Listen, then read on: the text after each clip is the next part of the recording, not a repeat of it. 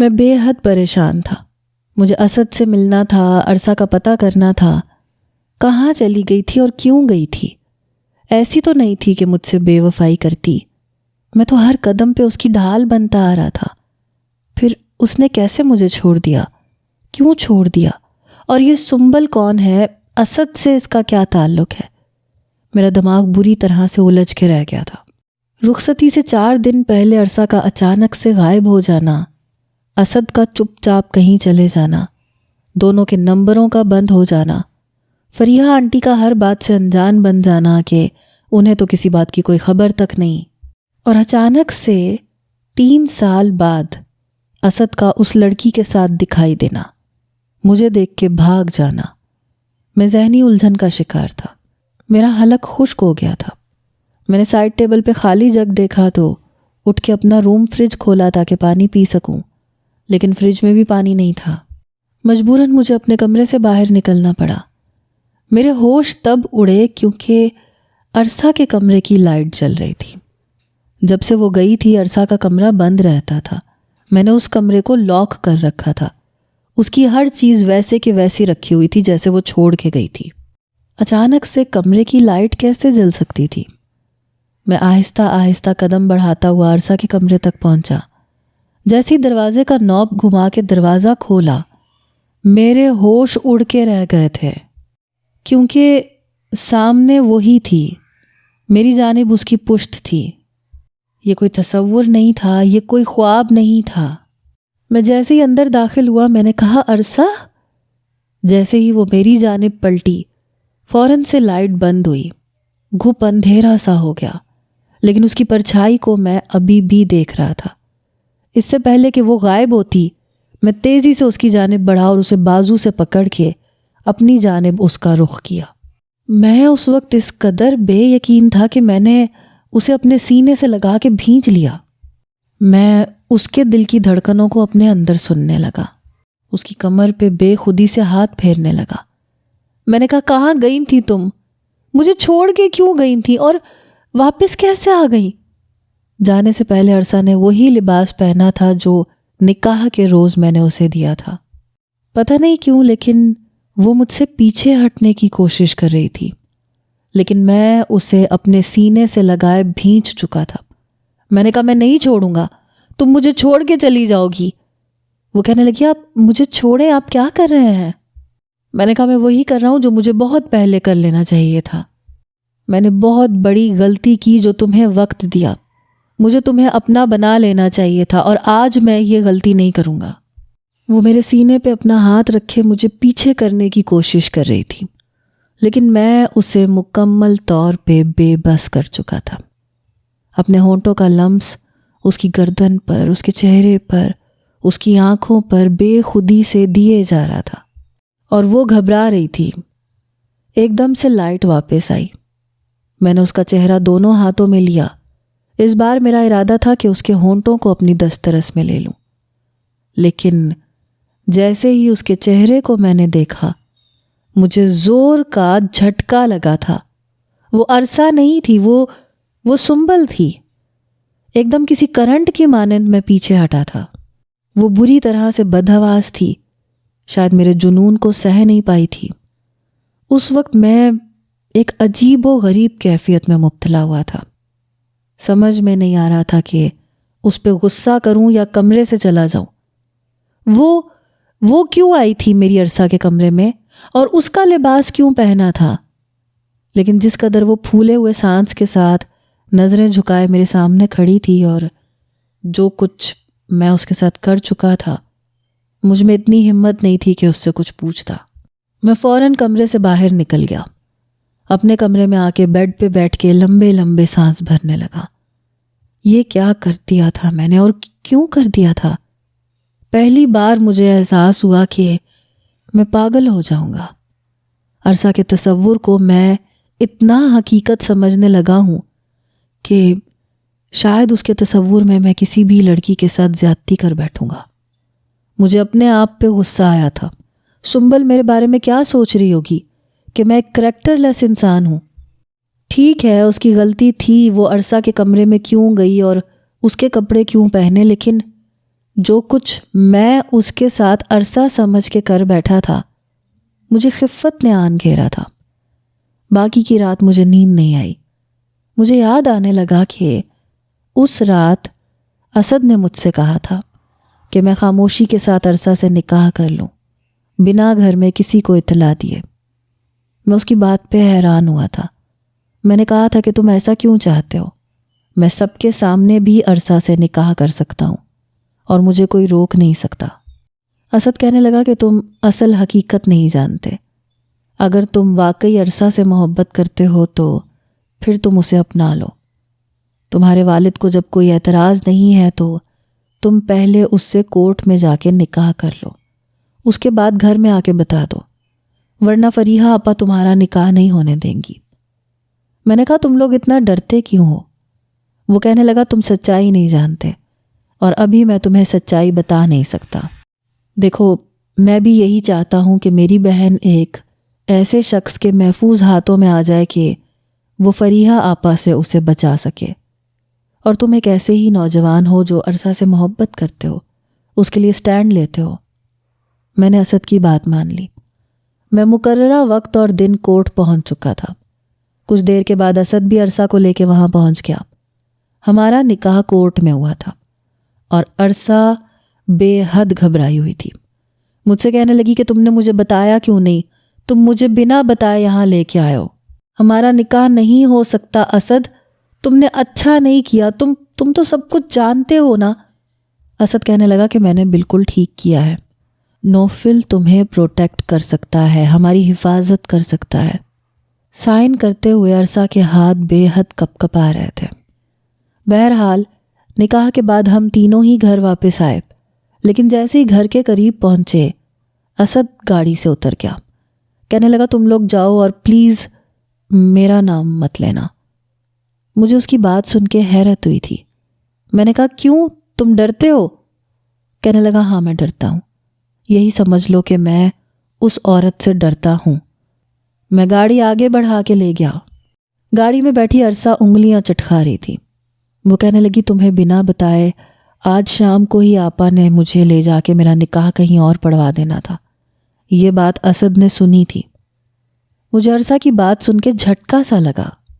میں نے کہا کہ پھر تو اسد نے بہت عقل مندانہ فیصلہ کیا۔ وہ کہنے لگی کر تو لیا، لیکن پتہ نہیں اس کا انجام کیا ہوگا۔ یہ کہہ کے اس نے میرا ہاتھ پکڑا، اپنے سینے پہ رکھا، پھر آنکھیں بند کر لی۔ اس کے ہاتھ برف کی مانند ٹھنڈے تھے۔ وہ کہنے لگی دیکھو میرا دل کتنی زور زور سے دھڑک رہا ہے نوفل، مجھے بہت ڈر لگ رہا ہے۔ واقعی اس کا دل یوں تھا جیسے ابھی باہر آ جائے گا، اتنی زور زور سے دھڑک رہا تھا۔ میں نے کہا تم لوگ مجھے سچ کیوں نہیں بتاتے؟ آخر کیوں اتنا ڈرتے ہو؟ وہ کوئی کھا تو نہیں جائے گی تم لوگوں کو؟ وہ کہنے لگی سمجھو کھا جائے گی، انسان نہیں ہے، وہ ڈائن ہے، انسانی روپ میں ڈائن ہے وہ۔ ہم لوگ جب تک گھر پہنچ گئے تھے میں نے ہارن بجایا، چوکیدار نے دروازہ کھولا۔ جیسے ہی میں گاڑی اندر لے کے آیا فریحہ آنٹی باہر لان میں ہی کھڑی تھیں۔ وہ بڑے غصے سے مجھے اور عرصہ کو دیکھ رہی تھیں۔ عرصہ انہیں دیکھتے ہی گھبرا گئی۔ میں نے کہا گاڑی سے نیچے اترو، میں ہوں تمہارے ساتھ، اور اب تم میری بیوی ہو، کچھ نہیں کہے گی یہ تمہیں۔ بہرحال وہ نیچے اتر گئی۔ میں نے اس کا ہاتھ پکڑا اور اندر لاؤنج میں جانے لگا جب فریحہ آنٹی میرے سامنے کھڑی ہو گئی۔ وہ کہنے لگی اس کا ہاتھ چھوڑو۔ میں نے کہا میں نے ہاتھ چھوڑنے کے لیے تو پکڑا ہی نہیں تھا، سامنے سے ہٹیں، مجھے ڈیڈ کے پاس جانا ہے۔ وہ کہنے لگی تمہیں شرم نہیں آتی؟ پھر عرصہ سے کہنے لگی یہ تو خیر ہے ہی بے شرم انسان، تمہیں بھی شرم نہیں آئی؟ کہاں گئی تھی اس کے ساتھ؟ تمہارے اندر کوئی لحاظ مروت ہے کہ نہیں ہے؟ عرصہ کے ہاتھ میں نمی اتری تھی، کپکپاہٹ ہوئی تھی۔ میں نے اس کا ہاتھ مضبوطی سے پکڑ لیا۔ میں نے کہا 1 منٹ موم، مجھ سے بات کریں۔ وہ کہنے لگی میں اپنی بہن سے بات کر رہی ہوں، تم ہوتے کون ہو بیچ میں آنے والے؟ ہاتھ چھوڑو اس کا۔ میں نے کہا یہ میری بیوی ہے اور ابھی ابھی میں نکاح کر کے آیا ہوں، اس لیے جو بات کرنی ہے ادھر میری طرف دیکھ کے بات کریں، مجھ سے بات کریں۔ یہ سن کے تو فریحہ کی آنکھیں پھٹی تھیں۔ بڑی حیرت سے اس نے مجھے دیکھا اور بڑے غصے سے عرصہ کو۔ وہ کہنے لگی جھوٹ بول رہے ہو تم، عرصہ اتنا بڑا قدم کبھی نہیں اٹھا سکتی، کبھی بھی نہیں۔ میں نے کورٹ کی رسید فریحہ کو دکھائی۔ وہ حیران تھی، کہنے لگی میں اس نکاح کو نہیں مانتی۔ میں نے کہا تو نہ مانے۔ میں نے قدم آگے بڑھا دیے، عرصہ کو اپنے ساتھ لیے میں گھر کے اندر چلا گیا۔ ڈیڈ ابھی ناشتہ کر رہے تھے، مجھے یوں عرصہ کے ساتھ دیکھ کے حیران ہو گئے۔ وہ کہنے لگے تم دونوں کہاں گئے تھے اور کس سے پوچھ کے گئے تھے؟ فریحہ بہت پریشان تھی۔ میں نے کہا ڈیڈ میں نے عرصہ سے کورٹ میں نکاح کر لیا ہے۔ یہ سن کے میرے ڈیڈ کا نوالا ہاتھ میں رکا تھا۔ وہ کہنے لگے تمہارا دماغ تو ٹھیک ہے، جب گھر میں یہ سب کچھ ہو سکتا تھا تو کورٹ جانے کی کیا ضرورت تھی؟ میں نے کہا کیونکہ موم کو بہت اعتراضات تھے۔ تب تک خیر وہ اندر آ چکی تھیں، آنکھوں سے لگ رہا تھا جیسے پتہ نہیں کیا کر ڈالیں گی۔ وہ کہنے لگی تم نے اچھا نہیں کیا۔ میں نے کہا جو میں نے کرنا تھا میں نے کر لیا، آپ لوگ چاہیں تو 1-2 دن میں سب لوگوں کو اکٹھا کر کے دعوت کر سکتے ہیں، بتا سکتے ہیں کہ ہمارا نکاح ہو چکا ہے۔ میں اسے بے بس کر چکا تھا، لیکن سارا مسئلہ عرصہ کا تھا۔ وہ بہت ڈرتی اور بہت گھبراتی تھی۔ میں حیران اس وقت ہوا جب فریحہ موم کا رویہ کچھ ہی دنوں میں بالکل بدل کے رہ گیا۔ وہ ایسی ہو گئی جیسے ان سے اچھا کوئی ہے ہی نہیں۔ عرصہ سے بھی بڑے پیار سے بات کرتی تھیں۔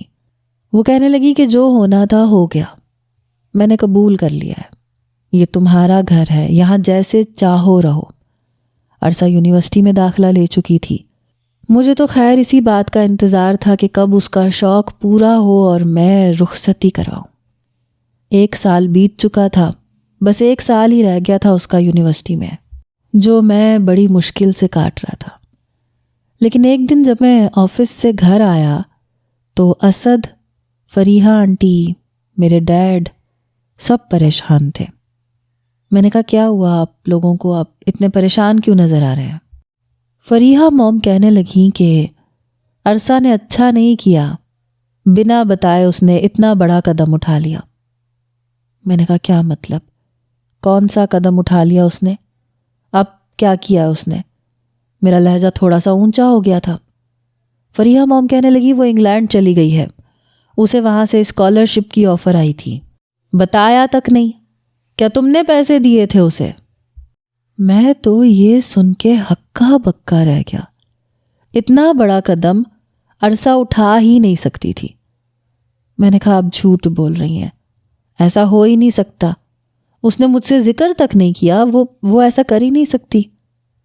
فریحہ نے مجھے اپنے موبائل سے ایک کال ریکارڈنگ سنائی۔ عرصہ کے نمبر سے اسے کال آئی تھی جسے اس نے ریکارڈ کیا تھا۔ اس میں وہ کہہ رہی تھی کہ میں ہائر اسٹڈیز کے لیے انگلینڈ آ چکی ہوں، آپ سب لوگوں کو اس لیے نہیں بتایا کیونکہ آپ لوگ اعتراض کرتے یا منع کر دیتے، اور میرا خواب تھا کہ میں انگلینڈ کی یونیورسٹی میں پڑھوں۔ میں یہاں خیریت سے پہنچ گئی ہوں۔ فریحہ کہنے لگی تم اتنا بڑا قدم کیسے اٹھا سکتی ہو؟ تم نے نوفل کو بتایا ہے کیا؟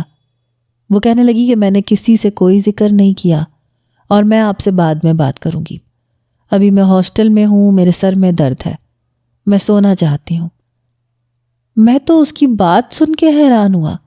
میں نے جلدی سے اپنے نمبر سے عرصہ کو فون کیا، لیکن اس نے میرا فون نہیں اٹھایا، اس کا موبائل بند تھا۔ فریحہ موم کہنے لگی کہ موبائل بند کر دیا ہے اس نے، عجیب لڑکی ہے یہ، منہ اٹھا کے جو دل چاہتا ہے کر لیتی ہے۔ مجھے تو لگتا ہے نوفل تم نے اس کا ساتھ دیا ہے، اسے پیسوں کی سپورٹ تم نے کی ہے، ورنہ وہ یوں نہیں جا سکتی تھی، میرے پوچھے بغیر تو وہ قدم نہیں اٹھاتی، تم نے اسے حوصلہ افزائی دی ہے۔ پتہ نہیں اب میری بہن کہاں چلی گئی ہے۔ اسد بار بار اپنی آنکھوں سے آنسو صاف کر رہا تھا۔ میں اسد کے پاس آ گیا۔ میں نے کہا تمہیں پتہ ہے؟ اس نے نفی میں سر ہلایا۔ میں نے کہا تم سے تو وہ ہر بات کرتی تھی۔ وہ کہنے لگا اس بار نہیں کی۔ میں بے حد پریشان تھا۔ انگلینڈ میں میرے بہت سے دوست تھے، میں نے انہیں کال کی، اس کی بتائی ہوئی یونیورسٹی سے پتہ کروایا، لیکن وہ وہاں تھی ہی نہیں۔ یہاں تک کہ میں نے ایئرپورٹ سے بھی پتہ کروایا، ساری فلائٹس جو انگلینڈ میں گئی تھیں وہاں عرصہ کا کوئی نام نہیں تھا۔ میں نے فریحہ سے پوچھا تو کہنے لگی تمہارے سامنے مجھے اس کی کال آئی تھی، مجھے تو نہیں پتا وہ کہاں گئی ہے۔ پھر وہ رونے لگ گئی۔ میں اسے ڈھونڈنے کی کوشش کرنے لگا، جہاں جہاں ڈھونڈ سکتا تھا میں اسے ڈھونڈ رہا تھا۔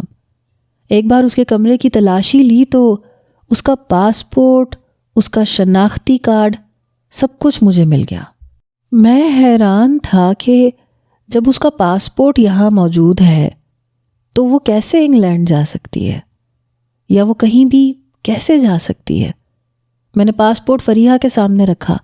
میں نے کہا یہ رہا اس کا پاسپورٹ، یہ رہا اس کا شناختی کارڈ، اس کے بغیر تو وہ کہیں نہیں جا سکتی۔ وہ کدھر ہے آپ مجھے بتائیں۔ وہ کہنے لگی تم پاگل تو نہیں ہو گئے، میں خود پریشان ہوں، میری بہن پتہ نہیں کہاں چلی گئی ہے، آج تک وہ کبھی دروازے کے پاس نہیں گئی تھی، تم اسے زبردستی لے کے گئے، اسے نکاح کیا، اسے باہر کی راہ دکھائی، اسے منمانیاں کرنی سکھائیں، اور اب کہہ رہے ہو کہ میں بتاؤں کہ وہ کہاں گئی ہے۔ میں خود پریشان ہوں۔ یہ کہہ کے وہ رونے لگ گئی۔ میرے ڈیڈ کہنے لگے بس چپ کر جاؤ فریحہ، تم فریحہ کو پریشان مت کرو، سب کچھ تمہارا کیا دھرا ہے۔ میں 15 دن مارا پھرتا رہا، ہر جگہ پتہ کروایا۔ ان دنوں مجھے احساس ہی نہیں ہوا کہ اسد اب گھر نہیں آتا، کہیں نظر بھی نہیں آتا۔ میں نے اسد کو کال کی تو اس کا موبائل بند تھا، دونوں غائب ہو چکے تھے، اور فریحہ کا رو رو کے برا حال تھا کہ میرے دونوں بہن بھائی پتہ نہیں کہاں چلے گئے۔ ایک بار وہ کہنے لگی کہ مجھے تو لگتا ہے دونوں کا کوئی منصوبہ تھا، کسی خاص مقصد کے لیے یہاں آئے تھے، مقصد پورا کر کے چلے گئے۔ پھر کہنے لگی میری دراز سے 10-15 لاکھ بھی غائب ہیں، لیکن میرا دل نہیں مانتا تھا کہ اسد اور عرصہ ایسے چوری کر کے بھاگ گئے ہوں گے۔ میرا دماغ کام نہیں کر رہا تھا۔ ہفتے مہینوں میں بدلنے لگے، مہینے سالوں میں دنیا کی ہر چیز سے بیگانہ ہو چکا تھا۔ مجھے ہر طرف عرصہ کی کبھی ہنسنے کی آوازیں آتی، کبھی رونے کی۔ مجھے لگتا تھا میں پاگل ہو جاؤں گا۔ کہیں باہر جاتا تو پیچھے سے کوئی لڑکی مجھے عرصہ کی طرح لگتی، میں بھاگا ہوا دیوانہ وار اس کے پاس پہنچتا، اسے عرصہ کہہ کے پکارتا۔ جیسے ہی وہ پلٹ کے دیکھتی تو وہ کوئی اور ہوتی تو میں معذرت کر کے پیچھے ہٹ جاتا۔ کہاں کہاں نہیں ڈھونڈا تھا میں نے اسے، یہاں تک کہ کسی نے مجھے بتایا کہ ایک سنسان جگہ پہ ایک قبر بنی ہوئی ہے۔ اب تو میں وہ بھی دیکھ آیا تھا، لیکن وہ کہیں نہیں تھی۔ ایسے لگ رہا تھا جیسے اسے آسمان کھا گیا یا زمین نکل گئی۔ کچھ پتہ نہیں تھا، اور اسد کا بھی کچھ پتہ نہیں تھا۔ فریحہ 2-4 مہینے رو دھو کے اپنی زندگی میں مصروف ہو چکی تھی، لیکن میری زندگی وہیں رک گئی تھی، اور 3 سال سے وہیں رکی ہوئی تھی۔ میں ابھی بھی تلاش کر رہا تھا۔ 3 سال بعد جا کر ایک امید کی کرن نظر آئی، لیکن وہ جھوٹ بول رہی تھی۔ ابھی بھی مجھے لگ رہا تھا کہ کہیں نہ کہیں کچھ نہ کچھ گڑبڑ ضرور ہے۔ دوسری جانب سنبل کی عجیب و غریب حرکتوں سے میں کچھ پریشان ہوا تھا۔ پتہ نہیں مجھے رات کو کب نیند آئی۔ صبح میں کافی لیٹ اٹھا تھا، مجھے بخار ہو چکا تھا، اس لیے میں آفس بھی نہیں گیا۔ میں نے ناشتہ کیا، میڈیسن لی، اور اپنے کمرے میں ہی بیٹھا رہا۔ جب شام کے وقت سنبل میرے کمرے میں آئی، نظریں چراتے ہوئے، میں نے اسے دیکھ کے کہا کہ جاؤ یہاں سے۔ وہ کہنے لگی میں آپ کو کچھ بتانا چاہتی ہوں۔ میں نے کہا میں تم سے بات نہیں کرنا چاہتا۔ تمہیں کس نے کہا تھا کہ تم عرصہ کے کمرے میں جاؤ اور اس کے کپڑے پہنو، خاص طور پہ اس کے نکاح کا جوڑا؟ میرے والد کو جب پتہ چل گیا تھا کہ ہم دونوں نے کورٹ میرج کر لی ہے تو انہوں نے ہمارے گھر پہ ہی ایک فنکشن رکھا تھا، تو میں نے اپنی پسند سے ایک میکسی عرصہ کو لے کے دی تھی۔ اسی میکسی میں سنبل کو دیکھ کے میں اسے عرصہ سمجھ بیٹھا تھا۔ وہ کہنے لگی میں جانتی ہوں آپ عرصہ سے بہت محبت کرتے ہیں، بس آپ مجھے اچھے لگتے تھے، میں چاہتی تھی کہ جیسی محبت آپ عرصہ سے کرتے تھے آپ مجھ سے بھی کر لیں۔ آپ کے چند لمحوں کی قربت نے مجھے وہ سب کچھ دے دیا جو میں چاہتی تھی، انجانے میں ہی صحیح، لیکن میں بہت خوش ہوں۔ اس بے حیا لڑکی کی یہ بات سن کے مجھے بہت غصہ آیا۔ میں نے کہا تمہیں شرم نہیں آتی ایسی باتیں کرتے ہوئے؟ مجھے اپنے ان لمحات پہ افسوس ہے کیونکہ اس پہ صرف میری بیوی کا حق تھا، تمہارا نہیں۔ وہ کہنے لگی ایسی بیوی جو مر چکی ہے۔ اس کے منہ سے یہ بات سن کے مجھے بڑا غصہ آیا۔ میں نے کہا بکواس بند کرو، میں ڈھونڈ لوں گا اسے۔ مجھے لگتا ہے وہ زندہ ہے کیونکہ میری دھڑکنیں ابھی تک چل رہی ہیں، اس کا مطلب ہے کہ اس کی بھی دھڑکن چل رہی ہے۔ میں سانس لے رہا ہوں تو اس کا مطلب ہے کہ وہ بھی کہیں نہ کہیں سانس ضرور لے رہی ہے۔ مجھے پورا یقین ہے کہ وہ زندہ ہے۔ وہ مجھے یاد کرتی ہے اور وہ روتی ہے۔ یہ کہتے ہوئے میری آواز میں واضح نمی آئی تھی۔ وہ کہنے لگی اگر آپ چاہتے ہیں کہ میں آپ کی مدد کروں تو آپ کو ایک کام کرنا پڑے گا۔ میں نے پوچھا وہ کیا اور تم میری کیا مدد کر سکتی ہو؟ وہ کہنے لگی میں آپ کو اسد سے ملوا سکتی ہوں۔ یہ سن کے میں کچھ متعجب ہوا تھا۔ میں نے کہا بتاؤ کیا کرنا ہے مجھے؟ لیکن جو بات اس نے مجھ سے کہی میں نے صاف انکار کر دیا۔ وہ کہنے لگی کہ اسد سے ملنا ہے تو میری ایک شرط ہے۔ میں نے کہا تم اپنا مفاد پورا کرنے کے لیے مجھے بیوقوف بنا رہی ہو۔ وہ کہنے لگی اگر آپ کو یہی لگتا ہے کہ میں آپ کو بیوقوف بنا رہی ہوں تو آپ کی مرضی ہے۔ اسد کے ساتھ آپ مجھے دیکھ چکے ہیں، میں جانتی ہوں وہ کہاں ہے، لیکن آپ کو وہ کرنا پڑے گا جو میں نے کہا ہے۔ آپ اچھی طرح سوچ لیں، میں نے فیصلہ آپ پہ چھوڑا ہے۔ اس لڑکی نے مجھے بڑی الجھن میں ڈال دیا تھا۔ 2 دن میں یہی سوچتا رہا کہ مجھے سنبل کی بات مان لینی چاہیے یا نہیں۔ پھر سوچا کہ مان لینے میں کوئی حرج نہیں ہے۔ میں نے ڈیڈ سے کہا کہ میں اس بات کو تسلیم کر چکا ہوں کہ عرصہ مر چکی ہے۔ ایسا کریں کہ آپ میری شادی سنبل سے کروا دیں۔ میرے ڈیڈ تو میری شادی کی بات سن کر ہی خوش ہو گئے، اور اس بار فریحہ نے بھی انکار نہیں کیا۔ وہ بڑی خوش تھی۔ میری منگنی سنبل کے ساتھ ہو گئی۔ منگنی ہوتے ہی میں نے اس سے کہا کہ میں نے تمہارا وعدہ پورا کر دیا، اب تم اپنا وعدہ پورا کرو۔ 1 ماہ بعد جب میرے والد نے میری شادی کی ڈیٹ طے کر دی تھی، لیکن میں نے یہ سب کچھ سنبل کے کہنے پہ کیا تھا کیونکہ اس کی شرط یہی تھی۔ وہ کہنے لگی چند دن رک جائیں، میں آپ کو اسد سے ملوا دوں گی۔ وہ چند دن میں نے کیسے گزارے یہ میں جانتا تھا۔ بڑی اذیت میں گزارے تھے، بڑی تکلیف میں میرا وقت گزر رہا تھا۔ چند دن بعد وہ شاپنگ کے بہانے مجھے اپنے ساتھ لے کے گئی۔ میں گاڑی ڈرائیو کر رہا تھا، راستہ وہ بتا رہی تھی۔ کچھ ہی دیر کے بعد ہم لوگ شہر سے باہر آ چکے تھے۔ ایک سنسان سی جگہ تھی جہاں کہیں کہیں پرانی سی عمارتیں بنی ہوئی تھیں۔ وہیں ایک عمارت کے سامنے اس نے گاڑی رکوائی، پھر مجھے اوپر لے گئی۔ وہ کہنے لگی آپ سے منگنی میں نے اس لیے کی تھی تاکہ فریحہ موم کو شک نہ ہو جائے، کیونکہ آپ مجھ سے ٹھیک سے بات نہیں کرتے تھے، مجھے برا بھلا سمجھتے تھے، اور اگر میں آپ کے ساتھ کہیں آتی جاتی تو یقیناً وہ شک کرتی۔ یہ کہتے ہوئے وہ عمارت کی دوسری منزل تک پہنچ گئی تھی۔ پرانا سا دروازہ تھا جس پہ اس نے دستک دی۔ دروازہ اسد نے کھولا تھا۔ سنبل کے ساتھ مجھے دیکھ کے وہ گھبرا گیا تھا۔ شاید میری آمد کا اسے پتہ نہیں تھا۔ سنبل سے کہنے لگا اس سے یہاں کیوں لائی ہو؟ وہ کہنے لگی کب تک ہم یہ سچ چھپائیں گے؟ آپ بتا کیوں نہیں دیتے کہ سچ کیا ہے؟ اسد کہنے لگا تم جانتی نہیں ہو کیا فریحہ کو؟ وہ کہنے لگی جانتی ہوں۔ خدا کے لیے بہت ڈر لیا ہم نے اس عورت سے۔ بہتر ہے کہ اب ہم مل کے کوئی ایسا قدم اٹھائیں جس سے اسے سزا مل سکے، جس نے ہم سب کی زندگی کو جہنم بنا کے رکھ دیا ہے۔ میں اندر داخل ہو چکا تھا، ابھی بھی میری نظریں متلاشی تھیں۔ میں نے کہا اسد کیا عرصہ تمہارے ساتھ ہے؟ کہاں ہے وہ؟ میرا دل تڑپ رہا تھا اسے دیکھنے کے لیے۔ وہ کہنے لگا اسی کو ڈھونڈ رہا ہوں، 3 سال سے کہیں نہیں ہے وہ۔ میں نے کہا تم چھپ کیوں گئے تھے؟ روپوش کیوں ہو گئے تھے؟ وہ کہنے لگا اس لیے تاکہ فریحہ مجھے جان سے نہ مار ڈالے۔ میں نے کہا تو تمہیں یہ لگتا ہے کہ اس نے عرصہ کو جان سے؟ اس سے زیادہ میں کہہ نہیں پایا، میری آنکھوں سے آنسو بہنے لگے۔ وہ کہنے لگا مجھے تو یہ لگتا ہے۔ سنبل کہنے لگی کہ سچ کیا ہے، اسے سچ بتا دے۔ اسد نے گہری سانس لی، مجھے سامنے صوفے پہ بیٹھنے کا اشارہ کیا۔ میں بیٹھ گیا۔ وہ کہنے لگا اصل بات یہ ہے کہ فریحہ ہماری بہن نہیں ہے۔ یہ سن کے میں حیران ہوا تھا۔ میں نے کہا کیا مطلب؟ یہ تمہاری سگی بہن نہیں ہے تو؟ وہ کہنے لگا یہ ہماری بہن ہی نہیں ہے۔ میں نے کہا تو پھر یہ سب کچھ؟ وہ کہنے لگا یہ ہماری ماں ہے۔ یہ سن کے میرا دماغ چکرا کے رہ گیا تھا۔ میں نے کہا تم کیا کہہ رہے ہو؟ میں سمجھ نہیں پا رہا۔ کیا یہ پہلے سے میرڈ تھی؟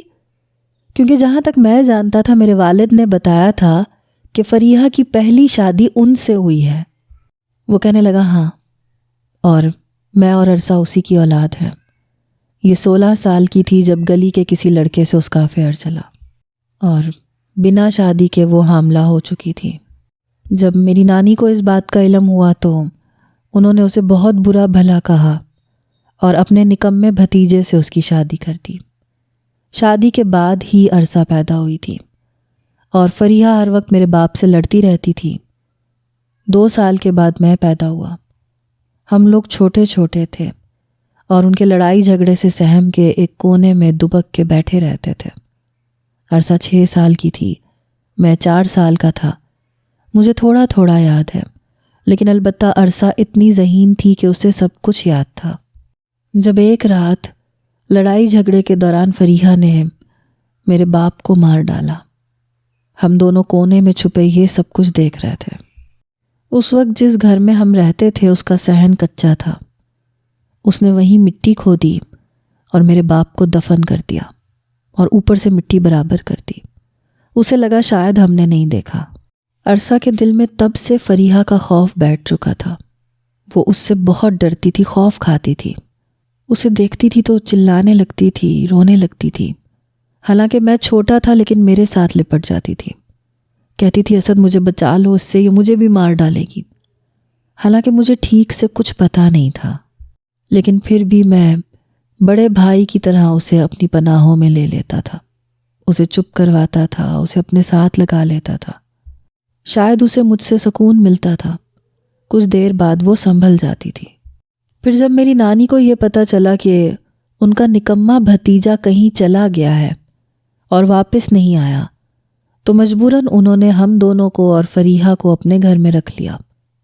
فریحہ نے مجھے تو کچھ نہیں کہا کیونکہ میں ٹھیک سے کچھ جانتا ہی نہیں تھا، شعور کی عمر میں ابھی نہیں آیا تھا۔ البتہ وہ عرصہ کو بہت ڈراتی دھمکاتی تھی۔ اس کا ہاتھ پکڑ کے اسے الگ کمرے میں لے جاتی، اسے ہراساں کرتی کہ خبردار جو تمہاری زبان سے کچھ بھی نکلا تو۔ شاید اسے شک ہو گیا تھا کہ عرصہ نے سب کچھ دیکھا ہے۔ بہرحال اس نے ہم دونوں کو اپنی ماں کے حوالے کیا اور وہ خود کالج میں داخلہ لے چکی تھی۔ کالج میں اس کی ایک بہت امیر دوست تھی۔ اس کے بھائی کو اس نے پیار کے جال میں پھنسایا، پھر اس سے شادی کر لی۔ پھر اسد نے سنبل کی طرف اشارہ کیا، کہنے لگا یہ اسی کی بیٹی ہے۔ میرے لیے تو ایک کے بعد ایک ایسے انکشافات تھے کہ میں اپنے ہوش کھونے لگا۔ وہ کہنے لگا کہ وہ ایک بزنس مین تھا، فریحہ سے دگنی عمر کا تھا، لیکن اس نے فریحہ سے خفیہ شادی کی تھی۔ تمہارا باپ فریحہ کے اسی خفیہ شوہر کے ساتھ بزنس کرتا تھا، اچھی شخصیت کا مالک تھا، اور فریحہ کو تمہارا باپ اچھا لگنے لگا۔ حالانکہ تمہارا باپ بھی فریحہ سے 10-12 سال بڑا ہے، لیکن فریحہ کا دل اس پر آ گیا کیونکہ تمہارے باپ کے پاس اس شخص سے زیادہ دولت تھی۔ اس لیے فریحہ نے سنبل کے باپ سے طلاق لی اور پھر تمہارے باپ سے شادی کر لی۔ تمہارے باپ کو یہی پتا ہے کہ فریحہ کی یہ پہلی شادی ہے، حالانکہ ایسا نہیں ہے۔ فریحہ نہیں چاہتی کہ اس کے ماضی کے بارے میں تمہارے باپ کو پتہ چلے۔ میری نانی نے کئی بار اس سے رابطہ کرنے کی کوشش کی کیونکہ ہمارے اخراجات ان سے اٹھائے نہیں جاتے تھے، لیکن فریحہ نے تمام رابطے ختم کر دیے، یہاں تک کہ نانی بھی مر گئی۔ ہم لوگوں نے ایک اخبار میں تمہارے باپ کے ساتھ اس کی تصویر دیکھی تھی، وہیں سے ہم نے پتہ نکلوایا اور فریحہ سے کہا کہ اگر اس نے ہمیں اپنے ساتھ نہیں رکھا، ہمارے اخراجات نہیں اٹھائے، تو ہم جہانگیر کو سب کچھ بتا دیں گے۔ تب وہ تیار ہو گئی، لیکن اس نے یہی کہا کہ ہم لوگ اپنا منہ بند رکھیں گے۔ ہمیں اس وقت فائنینشلی سپورٹ کی ضرورت تھی، اس لیے ہم تمہارے گھر آ گئے۔ لیکن عرصہ کا وہ خوف بھی واپس آ گیا۔ فریحہ جانتی تھی کہ عرصہ اس سے ڈرتی ہے۔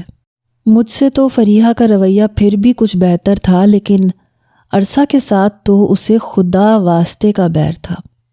اسے لگتا تھا کہ عرصہ کے باپ نے اسے وقت گزاری کا سامان سمجھا تھا، اور اب وہ چاہتی تھی کہ عرصہ کی زندگی بھی برباد کر کے رکھ دے۔ جس دن میں نے تمہارا نکاح عرصہ سے کروایا تھا، اگر میں نہ کرواتا تو وہ عرصہ کی شادی ایک شرابی اور آوارہ قسم کے نوجوان سے کر دیتی۔ لیکن اس نے عرصہ کو کہاں غائب کیا ہے یہ میں بھی نہیں جانتا، لیکن مجھے یہ پتا ہے کہ یہ سارا کام فریحہ کا ہے۔ ان 3 سالوں میں نے بڑی کوششیں کی، لیکن میں عرصہ تک نہیں پہنچ پایا۔ پھر میں نے سنبل سے رابطہ کیا۔ میں نے اس سے کہا کہ یہ میری مدد کر سکتی ہے اگر یہ کسی نہ کسی طریقے سے فریحہ کے گھر پہنچ جائے۔ سنبل نے مجھ سے وعدہ کیا کہ وہ میری مدد کرے گی۔ سنبل نے کہا کہ اس کا باپ بیرون ملک گیا ہے اور چند مہینے کے لیے وہ اس کے پاس آنا چاہتی ہے، لیکن وہ کسی کو کچھ نہیں بتائے گی۔ وہ یہی کہے گی کہ وہ فریحہ کی دوست کی بیٹی ہے۔ سنبل اسی لیے مجھ سے رابطے میں تھی، اور آج کل وہ عرصہ کے کمرے میں جا کے اس کے کپڑے پہن کر فریحہ کے کمرے کی بیرونی کھڑکی کے پاس سے گزرتی تھی۔ فریحہ اسے دیکھ کے چونک جاتی تھی۔ وہ باہر آتی تھی اور کہتی تھی کہ تم یہاں کیسے ہو؟ میں نے تو تمہیں… آدھے ادھورے جملے اس نے بولنا شروع کر دیے ہیں۔ اس نے یہ ظاہر کرنا شروع کر دیا ہے کہ عرصہ اسے نظر آتی ہے، کیونکہ سنبل کی ہائٹ عرصہ جتنی ہی ہے۔ اگر اس کا چہرہ نہ دیکھا جائے تو یہی لگے گا کہ یہ عرصہ ہے۔ ہمارے پاس یہ آخری طریقہ بچا ہے عرصہ تک پہنچنے کا۔ لیکن اچانک تم نے چند دن پہلے سنبل کو دیکھ لیا۔ ہم نہیں چاہتے تھے کہ ہمارا بھانڈا پھوٹ جائے اور فریحہ کو ذرا بھی شک ہو جائے، کیونکہ جب تم نے میرا ذکر فریحہ کے سامنے کیا تھا تو وہ سنبل پہ شک کرنے لگی تھی۔ لیکن بڑی مشکل سے سنبل نے اس بات کو سنبھال لیا کہ تم ذہنی مریض بن چکے ہو، تمہیں ہر جگہ یا تو اسد نظر آتا ہے یا عرصہ۔ ہم لوگ منزل کے بہت قریب پہنچ چکے ہیں، بس یہ پتہ لگانا رہ گیا ہے کہ عرصہ زندہ ہے یا اسے مار دیا گیا ہے۔ مجھے اس عورت سے کچھ بھی بعید نہیں ہے، یہ کچھ بھی کر سکتی ہے۔ جب اپنے شوہر کو مار سکتی ہے، مٹی میں دفنا سکتی ہے اور جھوٹ بول سکتی ہے، تو وہ عرصہ کے ساتھ کیا نہیں کر سکتی؟ اب تو میں بھی ڈرنے لگا تھا، خوف کھانے لگا تھا کہ کہیں سچ میں میری عرصہ مجھ سے چھن تو نہیں گئی۔ لیکن کہیں نہ کہیں مجھے لگتا تھا کہ نہیں، وہ زندہ ہے۔ اسد کہنے لگا کہ اب بس ہمیں ہر وقت اس کا پیچھا کرنا ہے، باقی سنبل اپنا کام کرتی رہے گی، کیونکہ اب وہ پریشان ہونے لگی ہے۔ رات کو عرصہ کو اپنے گھر میں گھومتے پھرتے دیکھتی ہے، ہنستے دیکھتی ہے تو فریحہ کا چین برباد ہو کے رہ گیا ہے۔ اسد نے پلان تو بہت اچھا بنایا تھا۔ میں سنبل کو لے کے واپس گھر آ گیا۔ فریحہ آنٹی اپنے کمرے سے باہر نہیں نکلی تھی۔ ملازمہ سے پتہ چلا کہ اس کی طبیعت ٹھیک نہیں ہے، وہ ڈپریشن اور نیند کی گولی کھا کے سوئی ہے۔ سنبل نے اپنا کام شروع کر دیا تھا۔ ایک بار تو اس نے سنبل کی کلائی پکڑ لی، کہنے لگی کہ تم یہاں کیسے ہو؟ میں یہ کہہ کے وہ چپ ہو گئی۔ سنبل اپنی کلائی چھڑوا کے منظر سے غائب ہو چکی تھی، اور فریحہ پاگلوں کی طرح اسے ادھر ادھر ڈھونڈ رہی تھی۔ میں اور اسد اسی طاق میں تھے۔ جب رات کو وہ گاڑی میں بیٹھ کے گھر سے باہر نکل گئی تو میں اور اسد اس کا پیچھا کرنے لگے۔ بڑی تیز رفتاری سے وہ گاڑی چلا رہی تھی اور ہم اس کے پیچھے پیچھے تھے۔ کچھ ہی دیر میں وہ شہر سے باہر آ چکی تھی۔ یہ ایک سنسان سا علاقہ تھا۔ بظاہر ایسے لگ رہا تھا جیسے سنسان سا خالی پلاٹ ہے۔ جہاں اس نے گاڑی روکی، ہم نے کچھ فاصلے پہ گاڑی روک لی تاکہ وہ ہمیں دیکھ نہ سکے۔ گاڑی کی لائٹس فوراً سے ہم نے بند کر دی تھی۔ وہ بڑی بدحواسی سے اسی سنسان سے پلاٹ میں چلی گئی۔ ہم اس کے پیچھے پیچھے تھے۔ میں نے دیکھا کہ اس نے ایک خاص مقام پہ جا کے مٹی کھودنی شروع کر دی۔ یہ دیکھ کر میری اور اسد کی جان نکلی تھی۔ وہ دیوانہ وار مٹی کھود رہی تھی، اور پھر جو کچھ اس نے کیا اسے دیکھ کر میری اور اسد کی بے ساختہ چیخ برآمد ہونے والی تھی، جسے ہم دونوں نے منہ پہ ہاتھ رکھ کے دبایا، کیونکہ وہ اس قبر میں اتر گئی تھی۔ ہم دونوں کی تو جیسے جان نکل گئی۔ عجیب عورت تھی، میں اور اسد دھیرے دھیرے چلتے ہوئے اس قبر تک پہنچے تو دیکھا کہ اس میں ایک بہت گہرا ہول تھا، جیسے اندر کوئی سرنگ ہو۔ وہ نیچے اتر چکی تھی، اس کے ہاتھ میں ٹارچ تھی، وہ جل رہی تھی اور اس کی روشنی نظر آ رہی تھی۔ 5-10 منٹ بعد میں اس ہال میں اترا۔ اسد سے کہا کہ تم یہیں رکو۔ وہ کہنے لگا ٹھیک ہے۔ میں دھیرے دھیرے چلتا ہوا اس سرنگ کے اندر چلا گیا۔ آگے موبائل کی روشنی سے مجھے فریحہ صاف نظر آ رہی تھی۔ پھر وہ دائیں جانب مڑ گئی۔ میں تیز قدم اٹھاتا ہوا جب دائیں جانب گیا تو وہاں ایک چھوٹی سی کوٹھڑی بنی ہوئی تھی، اور وہاں موجود لڑکی کو دیکھ کر میرا دل دہل کے رہ گیا۔ وہ عرصہ تھی۔ وہ بہت کمزور ہو چکی تھی، بالکل نیم مردہ۔ اس کو زنجیروں سے باندھ رکھا تھا۔ وہ کہنے لگی تم یہاں ہو، تم یہاں ہو، تو پھر وہ کون ہے؟ وہ کون ہے؟ عرصہ نے بمشکل اپنی آنکھیں کھولی۔ وہ کہنے لگی تم مجھے جان سے کیوں نہیں مار دیتی؟ مجھے جان سے مار دو۔ میں 3 سال سے اس اذیت میں مبتلا ہوں، مجھ سے مزید برداشت نہیں ہوتا۔ وہ کہنے لگی نہیں، میں تمہیں نہیں ماروں گی، میں تمہیں تڑپاؤں گی جیسے تمہارے باپ نے میری زندگی برباد کی۔ میں تمہیں تڑپتا ہوا دیکھوں گی تو مجھے چین ملتا ہے۔ میں نے صرف اس سے محبت کی تھی اور اس نے مجھے برباد کر کے مجھے اپنانے سے انکار کر دیا۔ اس کی وجہ سے میری ماں نے میری شادی اپنے نکمے بھتیجے سے کر دی۔ میں نے اسے بھی مار دیا، لیکن تمہیں اذیت میں دیکھ کے مجھے سکون ملتا ہے۔ مجھے لگتا ہے میں وارث کو اذیت دے رہی ہوں، اسے تکلیف دے رہی ہوں۔ میں چلتا ہوا بالکل اس کے پیچھے کھڑا ہو گیا۔ موبائل کی روشنی سے میرا سایہ زمین پہ پڑا تو اس نے ایک دم سے پلٹ کے دیکھا تو اس کا رنگ اڑ گیا۔ وہ کہنے لگی تم یہاں؟ میں نے کہا میں یہاں۔ تو یہاں چھپا رکھا تھا تم نے عرصہ کو، اس کال کوٹھڑی میں۔ تم عورت ہو یا عورت کے نام پہ دھبا ہو؟ اپنی بیٹی سے بدلہ لے رہی ہو؟ عرصہ نے جیسے ہی آنکھیں کھولی مجھے دیکھ کر اس کی آنکھوں سے آنسو بہنے لگے۔ میں نے فریحہ کا گلا پکڑا، اسے دیوار کے ساتھ لگا دیا، اتنی زور سے دبایا کہ موبائل اس کے ہاتھ سے چھٹ گیا۔ میں نے کہا میرا جی چاہتا ہے تمہیں جان سے مار ڈالوں، لیکن میں تمہیں جان سے نہیں ماروں گا۔ یہ کہہ کے میں نے اسے بازو سے پکڑا اور زمین پہ پھینکا۔ میں نے کہا یہ زنجیریں کھولو ورنہ میں تمہیں چھوڑوں گا نہیں، تمہیں مار کے یہیں پہ پھینک دوں گا۔ مجھے غصے میں دیکھ کر اس نے اپنے پرس میں سے ایک چابی نکالی اور عرصہ کی زنجیریں کھول دیں۔ اس کال کوٹھڑی میں کہیں کہیں ہول تھے جہاں سے تازہ ہوا نیچے کو آ رہی تھی۔ میں نے انہی زنجیروں سے فریحہ کو باندھ دیا۔ وہ چیخنے چلانے لگی۔ میں نے کہا چیخو، چلاؤ، جتنا چلا سکتی ہو چلاؤ، کیونکہ مجھے تمہیں زندہ رکھنے میں کوئی دلچسپی نہیں ہے۔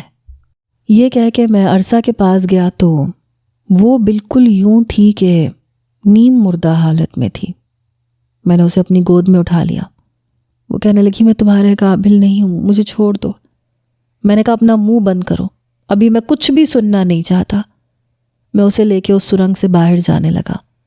پیچھے مجھے فریحہ کے چلانے کی آوازیں آ رہی تھیں، نوفل مجھے معاف کر دو، میں آئندہ کبھی تمہارے معاملات میں نہیں آؤں گی، مجھے یہاں سے نکالو، میرا دم گھٹ جائے گا، میں مر جاؤں گی۔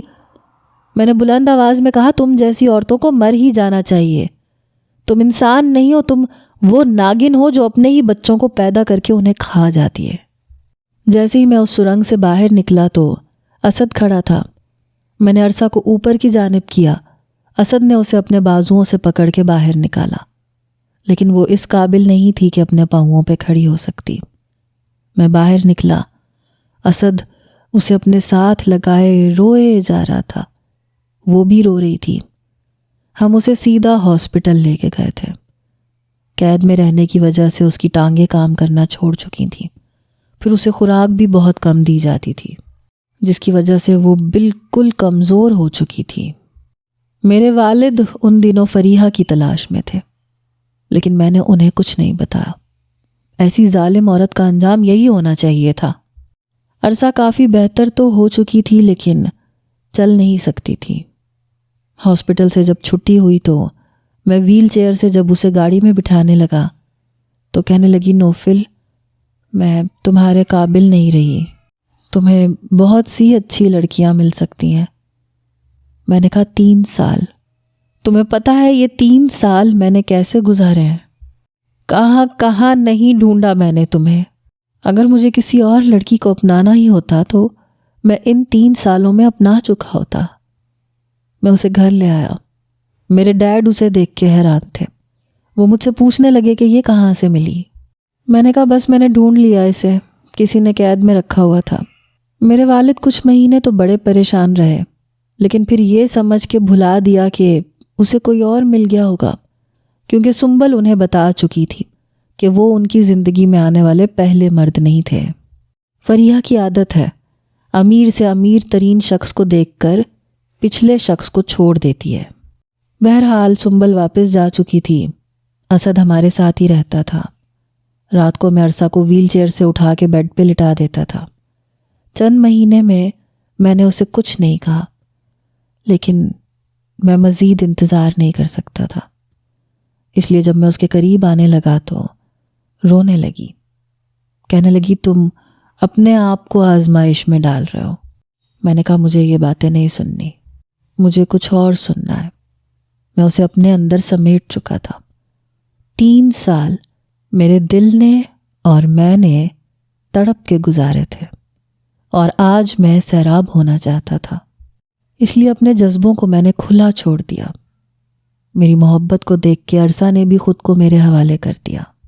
بہت سی عورتیں ہوتی ہیں جو اپنے معذور شوہر کو ساری زندگی سنبھالتی ہیں، وفا نبھاتی ہیں، لیکن بہت کم مرد ایسے ہوتے ہیں جو اپنی معذور بیوی کے ساتھ زندگی گزارتے ہیں۔ لیکن وہ میری محبت تھی، میرا عشق تھی۔ مجھے کبھی یہ نہیں لگا کہ وہ معذور ہے۔ 1 سال لگا تھا اس کی ہنسی کو واپس لانے کے لیے، لیکن میں اسے واپس زندگی کی طرف لا چکا تھا۔ سچی محبت ایسی ہی ہوتی ہے۔ آپ کا کیا خیال ہے؟ سچی محبت ایسی ہی ہوتی ہے نا؟ مجھے کوئی فرق نہیں پڑتا کہ وہ چل نہیں سکتی، میری محبت میں کبھی کمی نہیں آئی۔ اکثر میں یہ گانا گنگناتا ہوں کہ میں پھر بھی تم کو چاہوں گا، تیری چاہت میں مر جاؤں گا، اور میرے مر جانے والے جملے پہ بے ساختہ عرصہ میرے منہ پہ ہاتھ رکھ دیتی ہے۔ موٹے موٹے آنسو اس کی آنکھوں میں آ جاتے ہیں۔ وہ کہتی ہے کہ مرنے کی بات مت کیا کرو۔